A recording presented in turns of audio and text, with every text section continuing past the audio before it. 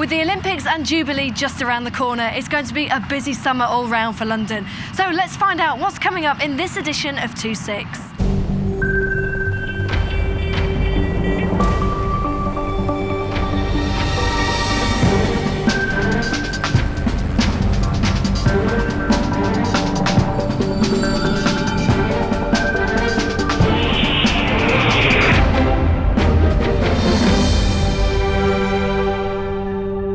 Coming up, Commander Stuart Barrand will be giving us the latest on a number of policy issues affecting you. We join HMS Ocean on transit to London for exercise Olympic Guardian. But first, I catch up with the Fleet Commander on HMS Hurworth to find out about his new role and objectives. Pipe aside!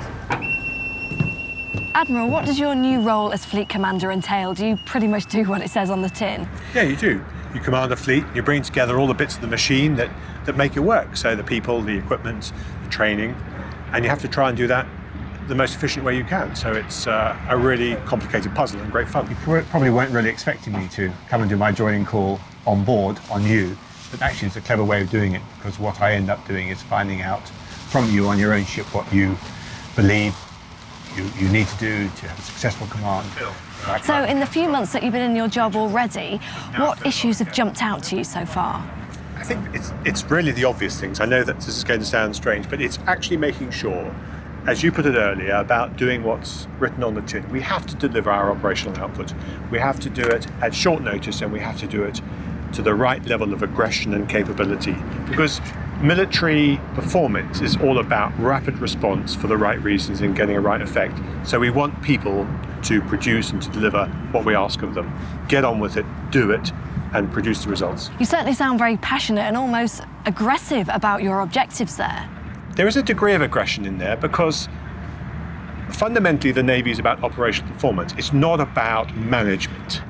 If you look very closely at what people do today, day to day, at all levels, the thing that they want to do most of all is be allowed to get on and do what they've been trained to do to the best of their ability without being interfered with, which means that we must allow people to do what they're responsible for without over-supervising them, without interfering in their lives.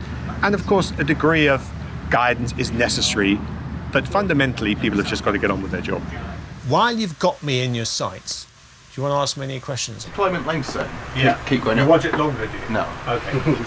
Of course, the shape of defence has changed completely. It's now a much smaller, leaner Navy. How do you manage that in the future? Well, we have to respond to the financial challenges. I mean, those are the realities of where we are, and the country's under a lot of pressure financially. So we have to play our part.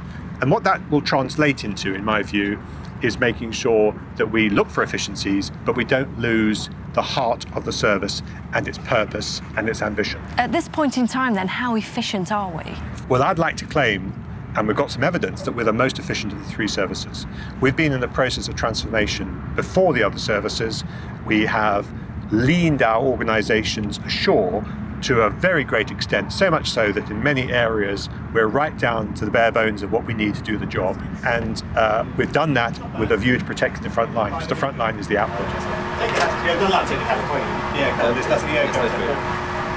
And what would you say morale's like at the moment?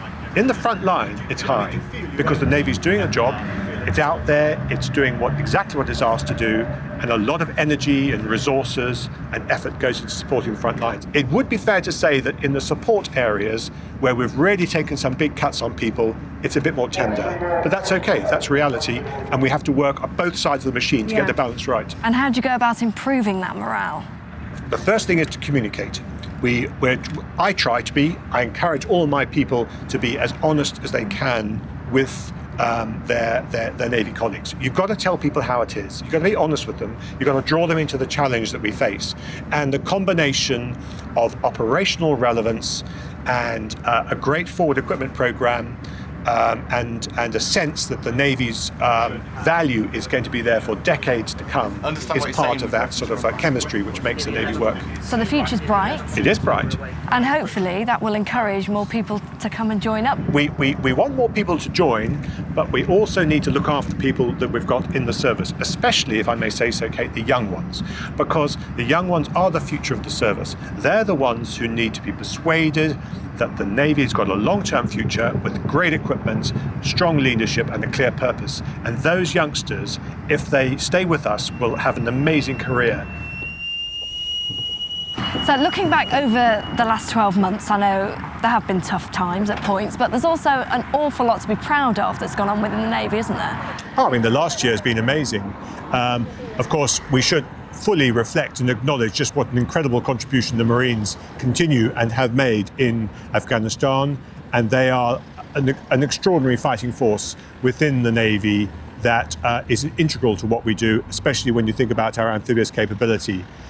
But in the last year, we've had all sorts of operational successes, some of which I can't discuss, but the obvious one is Libya, where the Navy's contribution was absolutely fundamental, and we're extremely proud of what we achieved. And what's your final message to the lads and lasses out there watching 2-6? Very simple. Go for it. Take the opportunity that you're being given, take the responsibility you're being given, and go for it.